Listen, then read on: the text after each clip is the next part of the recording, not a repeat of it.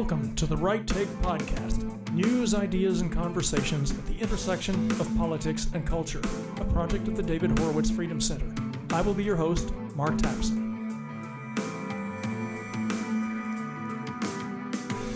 Welcome back to the Right Take Podcast. I am your host, Mark Tapson. Thanks once again for joining me here at the intersection of politics and culture.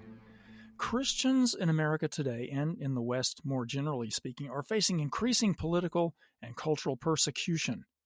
Now, persecution sounds like a pretty extreme term to use, and I'm not talking about a hardcore violent persecution and even martyrdom like Christians in other parts of the world, say Nigeria or China or North Korea, but more like the kind of persecution that writer Rod Dreher calls a soft totalitarianism. In other words, more of a cultural and social and even political persecution. Dreher warns that this persecution is going to become much harder before things get better, and therefore Christians need to begin working now, not only to strengthen their faith personally, but to create networks and communities of like-minded people of faith in order to better survive the difficult times ahead, and perhaps even be prepared to face the kind of martyrdom that we see in other countries and under other regimes that don't have our constitutional protections. We're already seeing that sort of thing happening in terms of the government targeting of pro-life protesters, for example. In England, you can be arrested now simply for praying silently in your head somewhere in the vicinity of an abortion clinic. Okay, but what about the kind of persecution that comes from within the church itself? In other words, from church authority. Now, this kind of relates more specifically to Catholics, but when is it okay and even obligatory to refuse to obey church authority, the authority of the Pope? And this is a serious question today because, as I think the majority of Catholics would agree, the current Pope, Pope Francis, is causing a lot of consternation, to put it mildly, with some of his positions that seem to run counter to traditional Catholicism, such as his embrace of LGBT issues and that movement. He's even cracked down on the traditional Latin Mass, which has a lot of Catholics very upset, myself included. How are righteously concerned Catholics supposed to resist this? And let me say, why is this important? You may be asking, why should anyone who isn't Catholic even care about this? Well, first of all, the Catholic Church is huge. And as the Pope goes, so the Church goes. And as the Church goes, I believe Western civilization goes. So you may not be a believer, you may not be a Catholic, but what happens in the Catholic Church has a radical impact, I believe, on the course of Western civilization, generally speaking. So, it's a big issue. And the question is, again, are Catholics obliged to obey a pope? Under what circumstances can you reject the pope's authority and stand up and declare that he is in error? Well, we're going to talk about that today with my guest who has written a book on the topic. So I urge you to stay tuned. Don't touch that dial, because this is going to be a great conversation.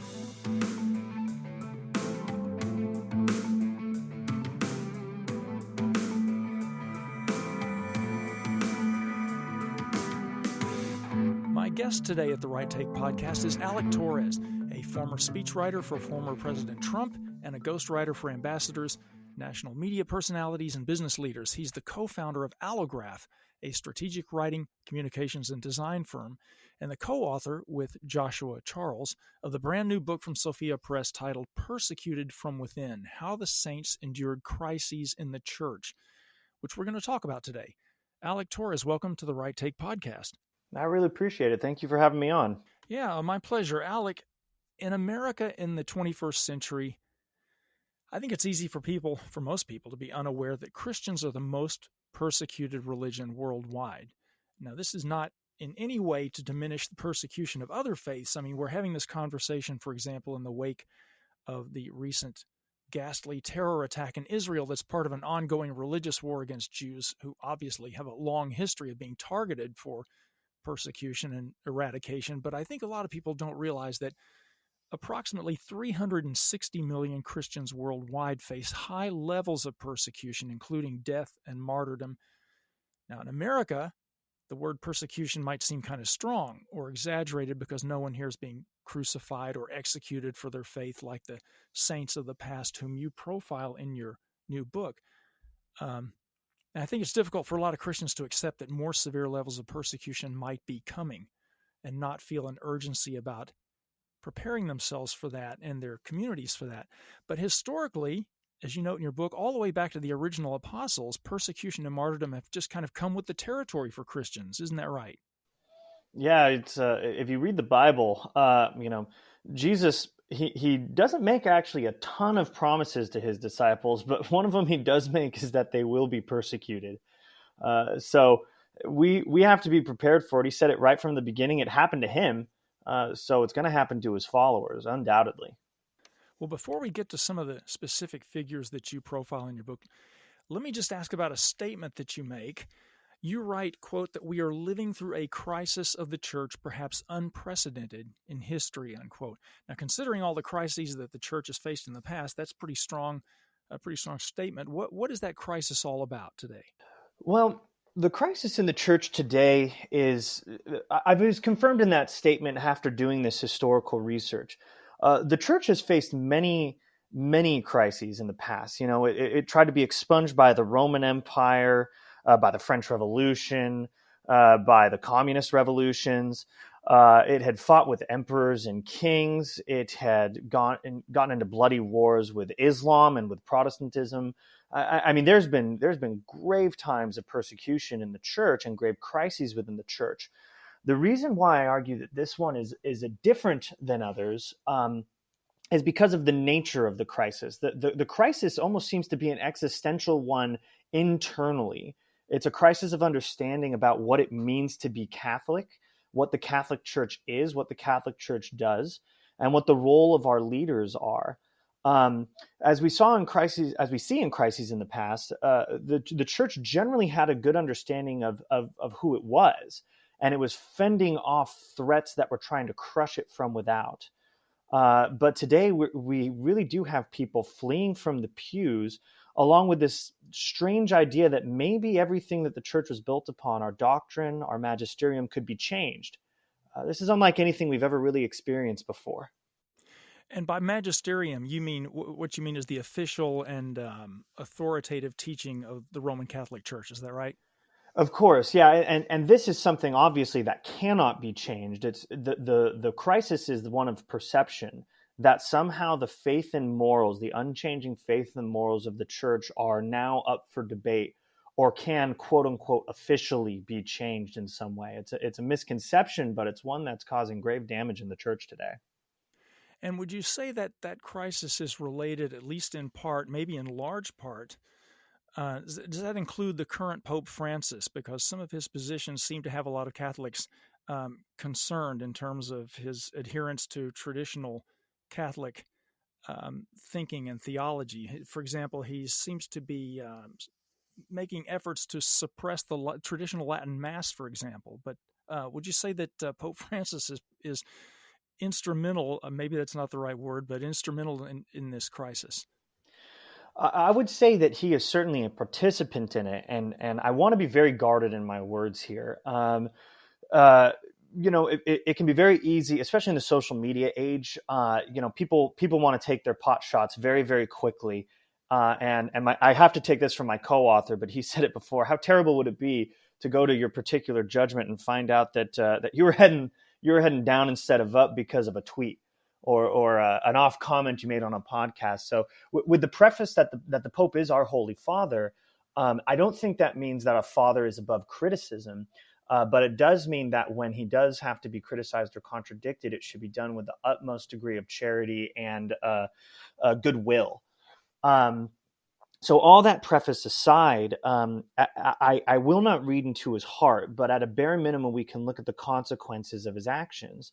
And his style of speaking in ways that are ambiguous and that allow for interpretations of church doctrine contrary to what the truth is, and the fact that those who are proposing doctrines contrary to the truth, changes to blessings of same-sex unions or women's ordination or whatever these matters may be, that others are being allowed to run with this without contradiction from Rome.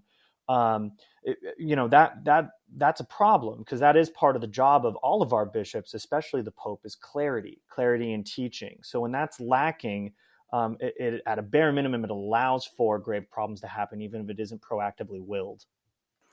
Yeah, and I just want to state also at the outset here that this is a topic that should be of interest to more than just Christians or Catholics specifically, because I believe as Christianity goes, so goes our civilization. So the decline of Christendom or crises within Christendom, they will impact our culture and our civilization in the world at large in very serious ways. Would you agree with that?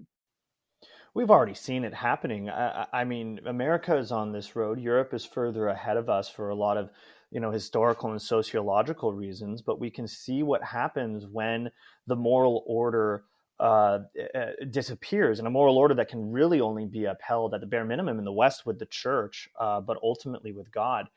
When that's absent, people do start to just go a little crazy. It's in Romans, the Lord says that eventually when people turn against him enough, that he just leaves them to their sins. And we can see what happens with these disorders, broken families, children raised without fathers, increasing drug use, pornography. I mean, the litany of social ills just compounds upon itself. And eventually can turn even into government suppression and trying to restore the order that's not present within our souls, which can very easily become tyrannical. So certainly, if there's not a church, buckle up. It's going to be a wild ride. Yes. Well, it's a book about persecution, but as you point out, the most painful persecution, the kind that we would feel the most sense of betrayal about, is the persecution from within the church itself.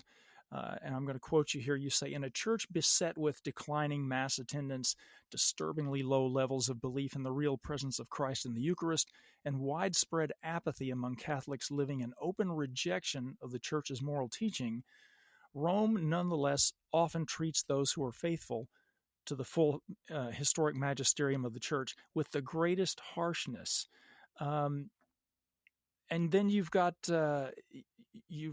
devoted, I think, about 10 chapters here or so to various figures from the past that range all the way from Jesus himself through St. Paul and through Joan of Arc, St. Thomas More, all the way up to a more modern figure, Bishop Fulton Sheen, and then you have a few whom I would call lesser known figures. All of these figures were martyred because of their resistance to church authority. Now, the church preaches obedience, as you explicate in your book, but what does it mean to submit our will and to obey the church hierarchy? And when are we, in fact, you asked these questions specifically in your introduction, I think, when are we allowed to resist? And are we ever obliged to resist? Those are really powerful questions. Do you want to talk a little bit about that? Certainly. This ended up being the central question of the book. Ultimately, when I was looking at the situation and why we wrote this book, I mean, I acknowledge freely, I'm not a theologian, I'm not a bishop or a priest. I'm certainly not the Pope. So my ability to comment on these matters, my authority in this is limited. That's why we look to history, because I wanted to know how these figures did, how great figures did, not just great, how holy figures did, how those we know are in heaven. So obviously, it's not that everything they did was right, but the totality of their lives indicate some sort of alignment with God that we should strive to imitate. And there's a reason it had to ended up being written in a book.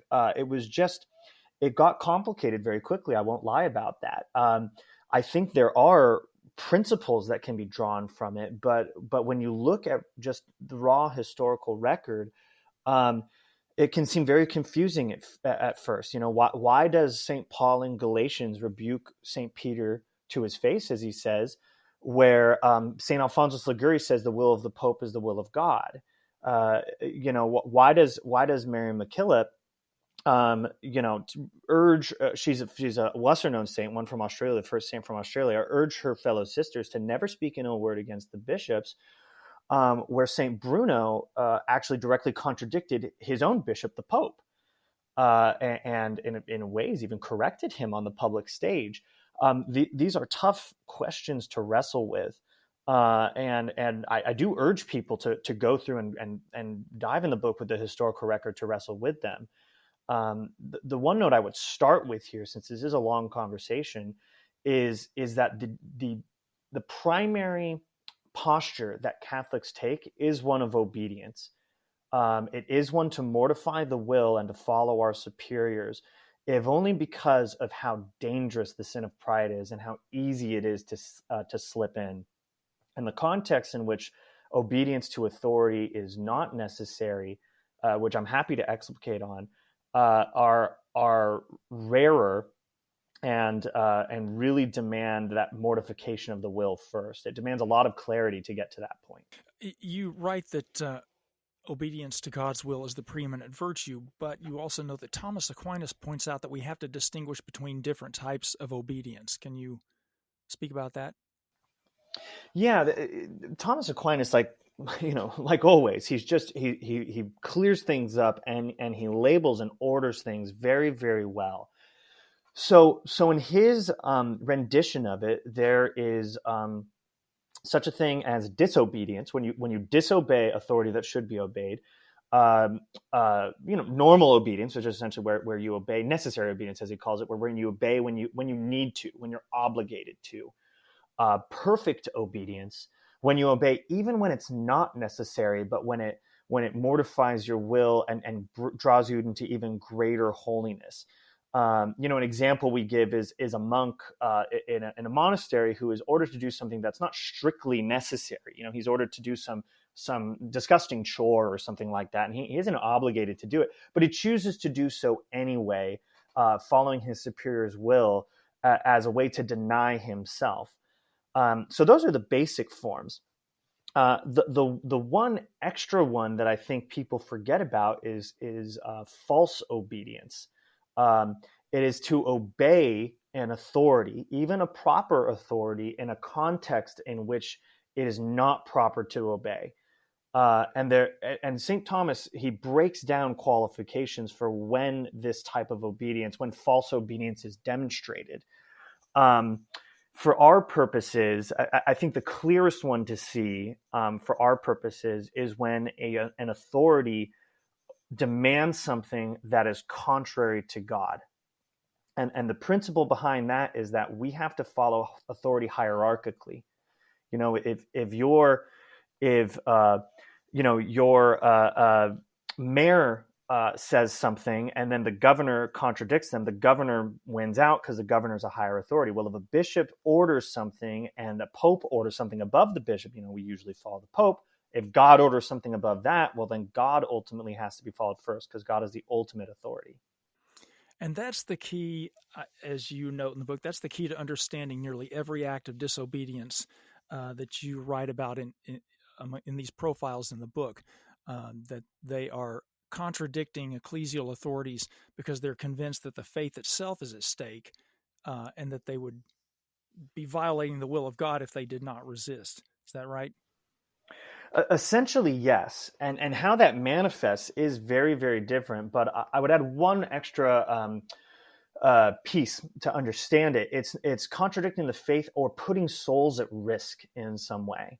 If these saints fear that something is going to happen, a teaching is going to be promulgated, an order is going to be given that would, in a word, scandalize the little ones, to pull people away from the true faith. That is the case too. Because if it's done just against themselves, if it's an injustice just against themselves, then usually the saints bear it. So it has to be something with external consequences that strike at the heart of our faith.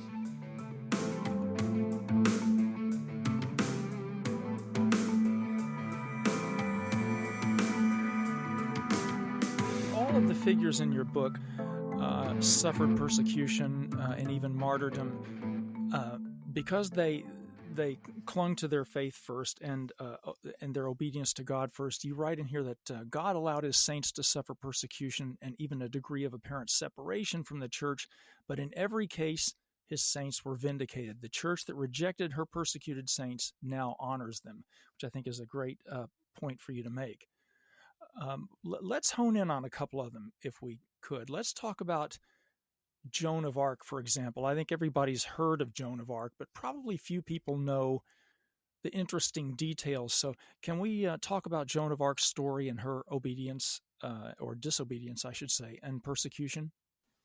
Absolutely. Well, this is a great example because that question, obedience or disobedience, really is at the heart of it. Saint Joan of Arc carries the distinction, really, of two of the saints within the book, but of very few saints within history of being an excommunicated saint. It seems like a contradiction of terms, and Lord, we pray that we would never face such a trial. But she, in her own life, was excommunicated. So she was born, a peasant woman in France during this raging long war between the French and the English, and she had visions. And her visions were effectively, long story short, to aid France in its battle against the English, to reestablish the French kingdom, which, as we know from history, and this was in the heart of the Middle Ages, ended up having profound and wonderful effects for all of Christendom in the world, with France's influence on it as a Christian nation, in the second millennium after Christ. But when she was captured by the English, and everyone was Catholic at this time, so it wasn't like there was a Catholic Protestant divide, and they put her on trial under the bishop within that diocese. And the book details a lot of the back and forth of her trial, looking at the primary sources of what was said and how she responded. And ultimately, they were trying to pin her on multiple things to show that she was, like essentially a witch, or was seeing demons, or any number of things. But two things shined out in it. One, despite being a pretty much uneducated peasant woman, her understanding of the faith and complete her willingness to just completely cling to Catholic doctrine was demonstrated. She never contradicted the faith, but also her visions, they were coming from God, as it's demonstrated. She proved it with signs, and she refused to contradict them. When her visions told her not to reveal what she had been told, she refused to do so, even to the bishop. Her understanding being of these visions came from heaven. They ultimately came from God, and that was a higher authority. So it caused great frustration, and even more than frustration, anger, bitter anger against her, that she would refuse to divulge certain aspects of her conversations with her visions. And in the end, based on my reading of the historical situation, that's one of the main reasons why she was put to the stake, why she was condemned as a heretic and put to the stake, was that she refused to submit in this circumstance to the hierarchy. And you're right that she's the only female saint martyred, or probably the only female saint martyred as a direct result of the actions of the Catholic hierarchy. Do we know of anybody else? That's as far as I'm aware, though. One of the things this book has taught me is that, I thought, Persecuted From Within, how many saints could we find like that? Would it even be worth a book? Is it an essay? And then we realized the list was actually quite long. So who knows? There may be more out there I'm not aware of. Interesting. Well, I think she's a fascinating figure. And it was very interesting to read in your chapter on her thoughtful and clear responses and sort of refusal to say what they tried to get her to say was very impressive, especially as you noted, for an uneducated peasant girl. And to that end too, I think she demonstrates something that's very, very important for us to remember, is that no matter our station in life, we do have an obligation to prepare ourselves mentally, spiritually, for trials like this.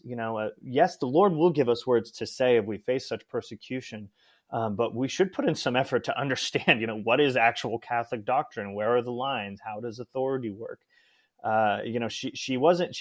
She may have been uneducated, but she wasn't ignorant. Let's also talk about another figure, a man I think is one of the most fascinating figures in history, St. Thomas More. I think some people are aware of his, conflict with Henry VIII. They know a little bit about it, and a lot of people have seen the movie A Man for All Seasons, which is a great movie, by the way. But tell us what Thomas More suffered for his commitment to his faith. St. Thomas More is such a wonderful one for today's age, because ultimately he suffered for the sake of marriage. That's the battle we have today. So when Henry VIII wasn't getting the male heir he desired, he divorced his wife. He tried to make arguments that it was proper, that the marriage was null and void. The arguments ultimately didn't hold mustard, didn't pass muster, and he tried to marry somebody else, which the church has taught from time immemorial constitutes adultery. Doesn't matter if you're a janitor or a king, adultery is adultery. So the church was very clear on that it was not allowed. So St. Thomas More was in an extremely unique position, because he was both a senior advisor to Henry VIII, a man who had been named Defender of the Faith by the Pope before. He was not, he didn't, he wasn't like a born and raised heretic or something like that. He came to it through essentially through pride and sinful desire. And St. Thomas More had to balance his obligation to serve his rightful king and his obligation to defend the truths of the faith. And he recognized that just because Henry VIII negated the faith in this circumstance didn't mean that he sacrificed his authority as king. We look at Jesus's time, God put into place Caiaphas, the high priest. He was the one who allowed him to be in power. He was the one who allowed Pontius Pilate to be in power, to allow Emperor Augustus to be in power. And yet he submitted himself to them, despite the fact that all of them made bad decisions along the way, and unjustly condemned him to death in Caiaphas's and Pilate's case. So St. Thomas More understood that just because Henry VIII was wrong didn't mean he was no longer king. You can have a bad king who still has the authority.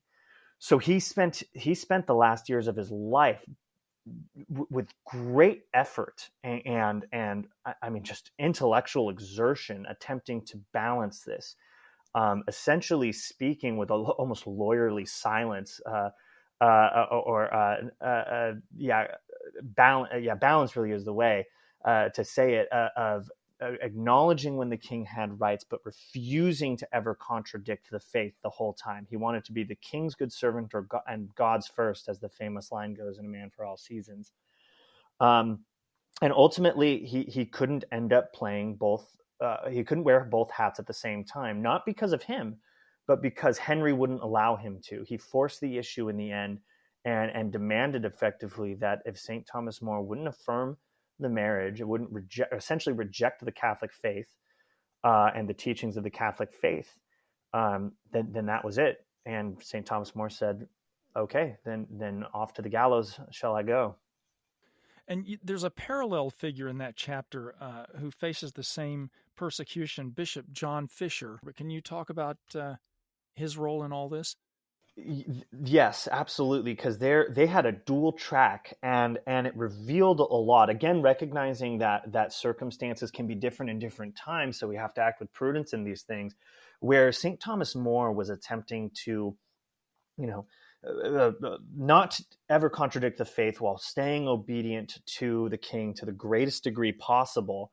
John Fisher, he was a bishop, and he recognized that his obligation was actually to preach the clarity of the truth.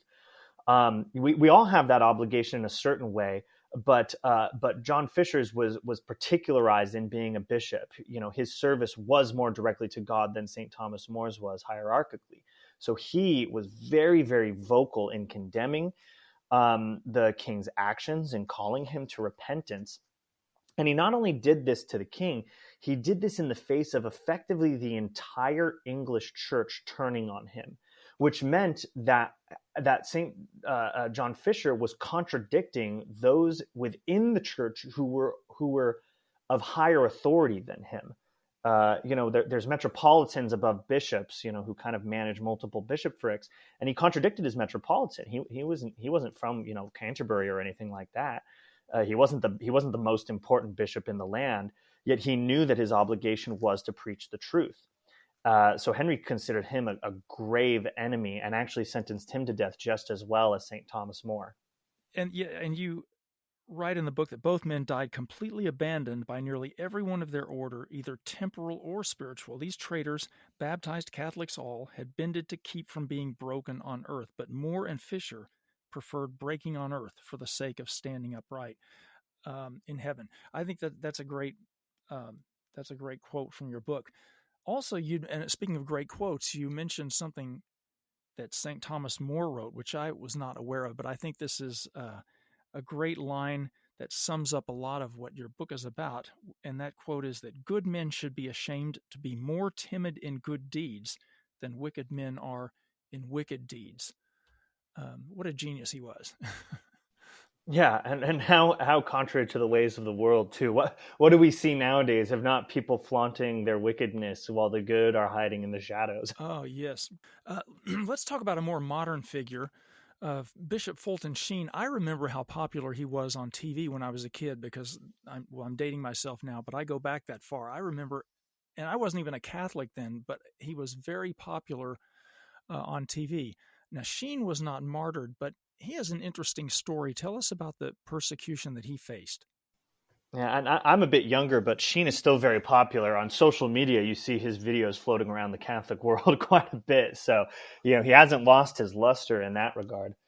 So Sheen's case is, I found it helpful in multiple ways. One, he did demonstrate great grace in his trial, a wonderful silence, and a willingness to endure a very personal injustice done against him that did not threaten the faith of others. So he bore it with equanimity and, like I said, with silence. But also it's very helpful in that his persecution happened for the most inane of reasons. I'll get into that in just a moment, but it's a good thing to remember that sometimes, yes, we can be called to account for the faith. We can die for the sake of the perennial teaching of marriage, or for the sake of visions from God, things like that. Or other times, as in Bishop Fulton Sheen's case, we can be persecuted for milk money. So what happened with Bishop Sheen was he was running something called the Society of the Propagation of Faith, which doled out charitable contributions. Technically, he wasn't running it, but in the post-World War II world, America, he was the representative from America, and America just had a lot more money than everyone else. So in that role, he would get contributions, distribute them to the poor. Well, Cardinal Spellman, his cardinal in New York, his direct superior, was given dried milk from the federal government in order to distribute to the poor. This wasn't an uncommon thing back then. Cardinal Spellman gave that to Bishop Sheen, and then he told Bishop Sheen, "Okay, now pay me for the milk. You owe me." And Bishop Sheen said, "No, you didn't pay for the milk. I'm not going to use money meant for the poor to pay you for the milk." And it got into this, kind of like elementary school spat. It happened to be over millions of dollars, but still over milk money. And because it was a spat between a cardinal and a bishop, there was only one authority who could, work between them, and that was the Pope. So it went all the way up to Rome to the Pope. And I mean, gosh, pray for your bishop, pray for your Pope. We know they have to deal with all sorts of terrible things, but they also just have to deal with a lot of very, very stupid things. And we have no idea what level of patience they must have to exercise in this. So the Pope looks at it and says, "You have the receipts. This is very clear. Bishop Sheen's in the right. And, please, leave my office and act like adults." I'm adding that line in there. I'd hate to speak for the Pope, but I have to imagine that's probably what he was thinking. And the cardinal was just livid. He hated the fact that Bishop Sheen had contradicted him and that it had led to his embarrassment, even of his own making, before the Pope. So he vowed revenge, and he got it. It took 10 years, but he got it. Bishop Sheen was removed from his TV show. The rumors were that Cardinal Spellman had a hand in it. He was removed from his position at the Society for the Propagation of Faith. Let's just say it was not because he was failing to raise money. He was maybe will be the best fundraiser in history. And eventually, and this could not have happened without Cardinal Spellman's direct involvement, he was sent from New York City to the Diocese of Rochester.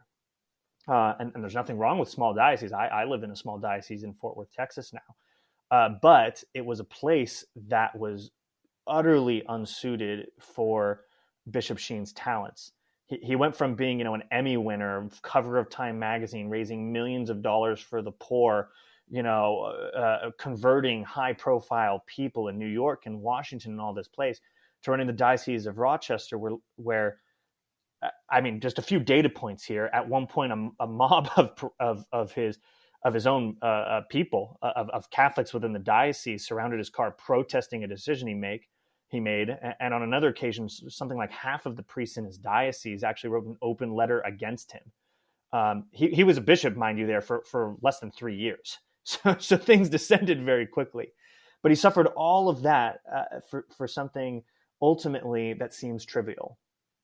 To his credit, he kept all of this very quiet and did not make a public scene or make his disobedience a public issue. Even more so, he steadfastly refused. Yeah, it'd be one thing to simply be silent, right? And in that type of circumstance, silent is almost like the sort of cold resignation of a Catholic who wants to carry their cross, gritting it and dragging it across the finish line, as opposed to something born with love, a cross born with love, as we reflect upon Christ sweetly holding the cross and looking upon it as the means towards salvation. And that's what Sheen did when they were doing a press conference, sending, it was Spellman and Sheen, sending Sheen off to his new assignment, removing him from the place where he had a golden touch and everything worked. Sheen smiled, thanked the cardinal, was very gracious, said he looked forward to the assignment. And by all accounts, it really did seem genuine. He was trying to embrace it to the greatest degree possible. All the way to the end of his life, when he wrote his autobiography, which is brimming with honesty about himself and about the world, he mentions this battle with Cardinal Spellman in only the most oblique of ways, essentially saying he knows everyone wants him to talk about it. He knows the media would love for him to rip open old wounds. But he's going to stay silent for the sake of the church, and because bringing it out in the open in that circumstance would have helped no one. Is there a chapter in particular or a saint in particular in this book that spoke to you personally, or a chapter that you felt more compelled by or engaged in than any of the others? Well, yeah, it is a little difficult, and I have to admit it's a strange experience since I did co-author it. So some of them I didn't take the lead hand in writing. We obviously worked on it all together, and then I've grown to love saints that I wasn't even the primary one researching and writing about, and then others I just spent time in. I would love to talk about some of the lesser known saints, but unfortunately, I am going to end up choosing one whom everybody knows, which is Padre Pio. Something about reading his actual letters, and reading biographies of him and how he responded. Something that shone for me in Padre Pio was that he's so well known for his miracles, for bilocating, for reading people's hearts in the confessional, for levitating, for having actual physical fights with demons. It's the 20th century, the age of rising secularism and militant communism, and he's over in Italy just having one of the most mystical lives in human history, and yet his true glory was actually in the mundane and the prosaic. It was in his endurance of grave injustice done against him, essentially of skeptics, of people in the hierarchy who were skeptical of him, and bearing it with such grace and equanimity that for a decade at a time, I think made his holiness even more apparent than anything miraculous. It's an absolutely beautiful testament. I found myself wondering while reading that, I'm reading about him. Okay, well, they don't believe his stigmata are real. They believe he's a crook and a quack. And now he can't hear confessions, and now he can't celebrate mass in public, and now he's banned from talking with his best friend and spiritual director, and now he's prevented from speaking with lay people, and all these restrictions pile on. And I start to think to myself, and this is year after year after year, I think to myself, could I ever have done that? Could I have ever done that with the degree of love that he still had for his superiors? Could I have done that and then at the end still said, "Sweet is the hand of the church even when she strikes us"? And I admit to myself that I couldn't, not now, not at least without a massive infusion of grace. I pray that I'd have the will to accept it. But Padre Pio did have this miraculous life, but he was flesh and blood like all of us. The only reason, God may not call us to such greatness. That might not be our position, but he certainly calls us to such perfection. And also, I didn't mean to neglect your chapter on Jesus himself, which last but not least. Well, of course, we put Jesus right up front because it frames everything. His life frames everything, and ultimately, every single story of the saints, it's almost as if Jesus is the same, is the picture. He is the form. He is what we are to look at, and the saints provide these more in-depth studies of certain aspects of Jesus's life. They allow us to see it in a particular light or color that was already there, but in a way that is sometimes more intelligible to us or more approachable to us. It's one of the gifts that Jesus gives in his humility, that he allows others to exemplify him in his life, even beyond himself, so that we can find him through others. But with Jesus, it's all there. And we don't have to look far to see that Jesus himself was persecuted by his religious leaders, that he was unjustly condemned, that he bore it with silence. And yet only when that injustice was done against himself, that when it came to his father and his father's house, he acted with a righteous anger and was so firm in defending the truths of the faith. The truth of himself, not the faith at that point, but just who he is and remains. So if you ever wonder how could God let this happen to us? Why would God let such terrible things happen to good people? Why would God allow for such confusion? Why would God allow for us to be betrayed by those very people in power whom we're supposed to trust? Well, it's not as comforting of an answer, but it's the real one, is that he allowed it to be done to himself first. And we see it in each stage of his life. Now your book is about, as I've mentioned before, and as we've been talking about relatively well-known, some very well-known historical figures and saints. The average person reading this, what would you like for the average person, or a person who considers himself or herself to be just an average person? What would you like them to take away, the message that you'd like them to take away from the stories of all of these saints and martyrs for their own lives? Yeah, certainly. Persecuted From Within, the name of the book, it confronts people with the fact that this isn't new, that being persecuted by our leaders isn't new. So there's several things I'd want people to take away from that. Is one, when we see things that are scandalous and wrong and in error, whether it's abuse against minors, incorrect doctrine, abuses of the Eucharist or the liturgy or anything like that, that it's okay to acknowledge that. There's nothing disobedient about that. And that we should be able to correct such things. And we should have the formation to be able to do that well and with charity and with clarity. And also that none of these things that happen contradict the church. It's not just because it's happening now. It's not new in many ways. So if you're starting to lose faith over it, or if you're wondering how these bold claims about the church being inerrant and pure and the bride of Christ can be true when it's so filled with sinful people, know that has been the case from the beginning, but that God, through the work of the Holy Spirit, has guided his church through every single time. whether they knew how or not, in situations that seemed even more hopeless than our own in many ways. He still guided us through.